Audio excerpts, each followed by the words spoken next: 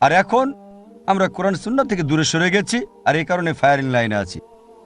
আমাদের খেয়াল রাখতে হবে সন্তানকে কোরআন হাদিসের কাছে রেখে শিক্ষা দিচ্ছি কিনা।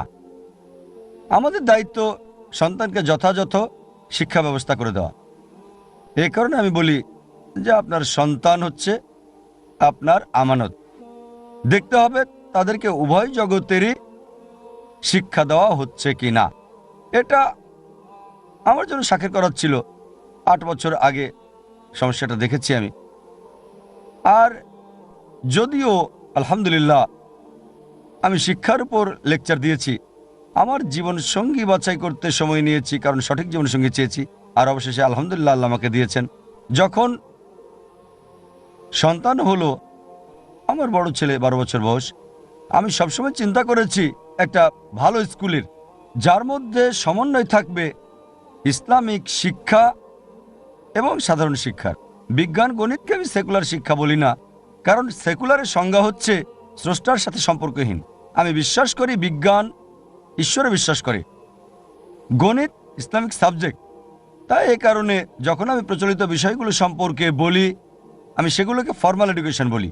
গণিত, বিজ্ঞান, ইতিহাস, ভূগোল, ইংলিশ এগুলোকে বলি ফর্মাল সাবজেক্ট। তাই সব সময় আমি স্বপ্ন দেখেছি একটা ভালো স্কুলে যার মধ্যে সমন্বয় থাকবে আমাদের ইসলামিক বিষয়, ইসলামিক শিক্ষার এবং ফর্মাল এডুকেশনের। কারণ গণিত, বিজ্ঞান, ইতিহাস আমার মতে ইসলামের একটা অংশ। আর আমি পৃথিবীর নাম করা স্কুল দেখলাম, একটা জরিপ করলাম, আলহামদুলিল্লাহ অধিকাংশ ইসলামিক স্কুলগুলো নিয়ে সে সময় প্রায় 6 থেকে 8 বছর আগে 2-3 বছর করেছি। মাশাআল্লাহ, পৃথিবীর অধিকাংশ সেরা স্কুলগুলোতে গিয়েছি। America, Canada, UK, south Africa, Australia, Malaysia, শত শত স্কুলে আমি গিয়েছি। আর দেখলাম যে পশ্চিমা দেশে অধিকাংশ ইসলামিক স্কুল প্রায় সবগুলোই ছিল মুসলিম ম্যানেজড স্কুল। মুসলিম ম্যানেজড মানে পরিচালনা করত মুসলিমরা, কিন্তু সেগুলোকে ঠিক ইসলামিক বলবো না, কারণ আমরা জানি যে পশ্চিমা বিশ্বে ভয় আছে মদের, মাদকাসক্তির, অশ্লীলতার। আর এই সবগুলোতে ছাত্রছাত্রীরা যে ড্রেস কোড মানে তারা ইসলামিক হিজাব পরে, মাশাআল্লাহ তাদের জন্য প্রার্থনার সময় আছে নামাজের, আলহামদুলিল্লাহ কোনো মদ ছিল না, মাদক নাই, আলহামদুলিল্লাহ। তাই সেটাই হচ্ছে আসল ইসলামিক স্কুল। ইন্ডিয়াতে ফিরে এলাম আমি, অধিকাংশ মুসলিম ম্যানেজড স্কুল, তাদের ইসলামিক ড্রেস কোড আছে, নামাজ পড়তে পারবেন, মদ পান করা, মাদক নেওয়া যাবে না, কিন্তু নতুনত্ব পেলাম না। তবে আলহামদুলিল্লাহ পশ্চিমাদের তুলনায় যেখানে মাদক সেবন, মদ পান করা সাধারণ ব্যাপার, অশ্লীলতা কমন, সেই তুলনায় ভালো, আমি খুশি হলাম। কিন্তু আমি যা খুঁজেছিলাম তা হচ্ছে একটা শিশু স্কুলে যায়, তার সেরা জ্ঞানটা পাওয়া দরকার।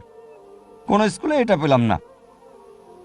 যা চেয়েছি, এখন আমাদের মুসলিম উম্মাহ 2 ধরনের শিক্ষায় বিভক্ত হয়েছে। এক ধরনের শিক্ষা যেটাকে বলি সেকুলার শিক্ষা, সেখানে তথাকথিত সেকুলার শিক্ষা হয়, আমি বলি ফর্মাল শিক্ষা। তারা গণিত, বিজ্ঞান, ইতিহাসের উপর জ্ঞান চর্চা করছে, তবে দিন থেকে অনেক দূরে। আবার অন্যদিকে যদি মাদ্রাসাগুলোতে যান, সেগুলো শিক্ষা দেয় কোরআন, হাদিস, শরিয়া, ফিকা, আলহামদুলিল্লাহ আল্লাহ তাদেরকে দিক প্রতিদান।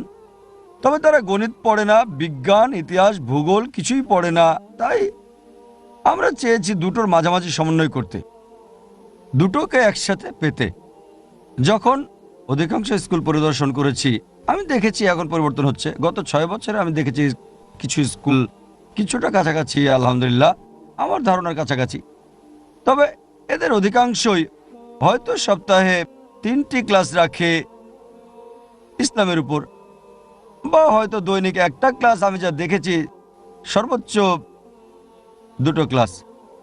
আর প্রধান উদ্দেশ্য হচ্ছে একটা শিশু যখন স্কুল পাশ করবে তার কোরআন, হাদিস, শরিয়া, ফিকা, বিজ্ঞান ইত্যাদির জ্ঞান হবে, কিন্তু সেটা পায়নি। যদিও আমেরিকার স্কুলগুলোতে আমি গিয়েছি, সেরা, দক্ষিণ আফ্রিকা যাকে বলা হয় ইসলামিক স্কুলের একদম সেরা স্কুল, ইউকে, অস্ট্রেলিয়া, মালয়েশিয়া ইত্যাদি। তারপর আমরা চিন্তা করলাম চলুন শুরু করি। আর আল্লাহর সাহায্যে আলহামদুলিল্লাহ বোম্বেতে আলহামদুলিল্লাহ প্রায় 6 বছর আগে বা 5.5 বছর আগে নিজস্ব ইসলামিক স্কুল চালু করলাম, যার নাম ইসলামিক ইন্টারন্যাশনাল স্কুল। কারণ আমার সন্তানের জন্য দরকার।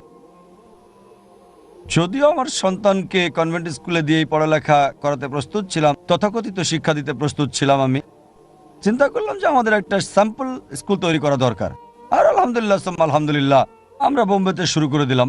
আল্লাহ আমাদের সাহায্য করলেন, আমরা স্কুল শুরু করলাম।